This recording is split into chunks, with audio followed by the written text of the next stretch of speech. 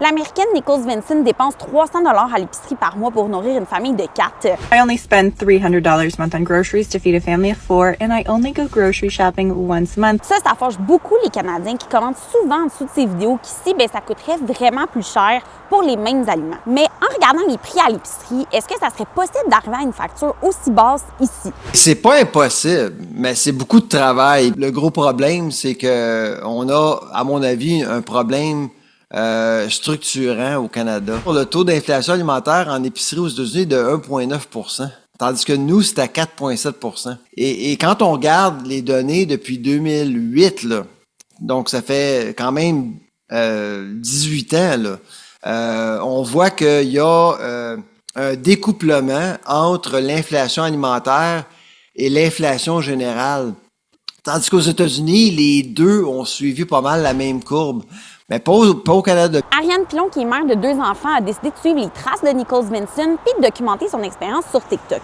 Je t'amène dans la partie 2 de mon épicerie du mois avec un budget de seulement 700 $. Comment je suis arrivée avec le fameux 700 $? Ça l'a fait réagir là, parce que c'est pas vraiment 700 $ qui équivaut tout à fait à 300. Mais tu sais, j'ai parlé avec ChatGPT en lui parlant d'elle. Puis, il m'a dit 300 $, c'est clair que tu sais, c'est pas représentatif au Québec. Lui, il m'a dit que 700 $, ça pouvait quand même être un beau défi, tout en quand même, tu sais, changeant certaines habitudes. Fait que j'étais comme moi, 700, c'est quand même 300 $ facile de moins que qu'est-ce que je dépensais habituellement par mois. Fait que je suis pas bonne en maths, mais ça, c'est le grand total que je vais avoir dépensé ce mois-ci pour l'épicerie. Nicole Vinson va juste une fois par mois à l'épicerie, puis vous devinerez qu'elle cuisine vraiment beaucoup de choses à la maison. Elle fait même sa poudre d'ail pour vous donner une idée.